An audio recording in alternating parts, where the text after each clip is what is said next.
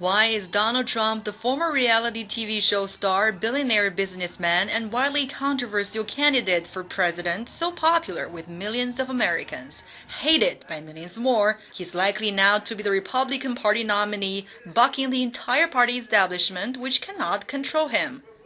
Experts say his ascendancy is unique in American politics and taps into deep-seated anger with the direction of the country, mostly from working-class whites, but also other groups who feel left out of the economic recovery from the historic downturn in 2008.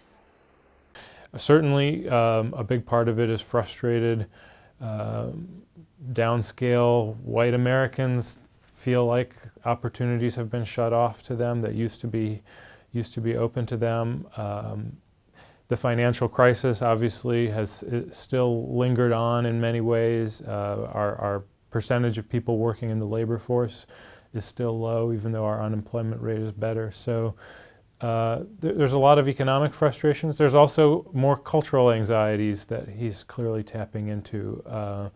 The shape and color of America is changing, and that upsets some people for sure. Trump appeals to fanatically loyal supporters and observers who study U.S. politics because he promises an America of a bygone era. We used to think of America as an essentially white Christian country. It is no longer that.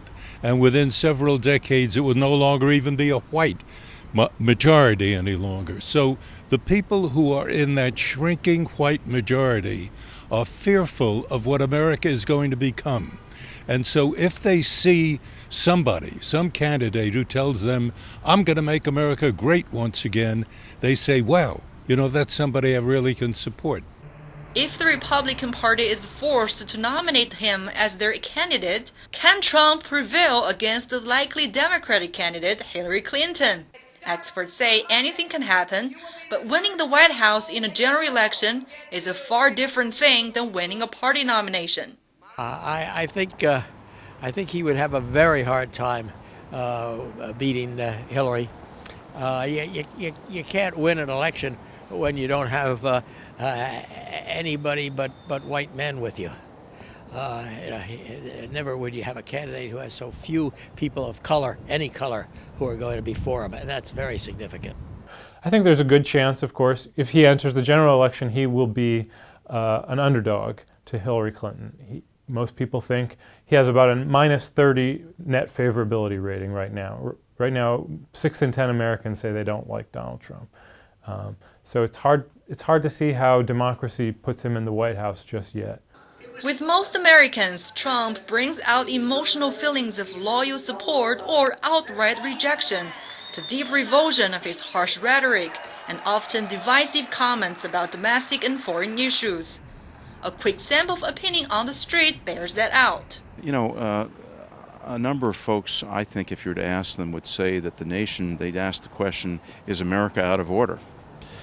And I think my thought on that is going to take a tough man to help us get back to where America needs to be. So a lot of the hate that Trump is even speaking comes out of Obama's presidency. You know, I think he's charismatic. He's charismatic and he gets people's attention, but I think people are frustrated with politicians, especially, you know, after what happened with the shutdown and just Congress doesn't, you know, is struggling to get things done. So he's saying enough of this, but he doesn't have anything to back himself up. You know, his plan is lacking. But it's made for interesting circus. And he's quite personable, as much as he's brash and says a lot of outlandish things. There's a certain charisma there, which I think some of the alternatives possibly don't have. And he seems to have that factor in his favor. I think Donald Trump is a demagogue. I think the rhetoric he uses is not positive. I think it's taking away from the serious issues Americans have to look at.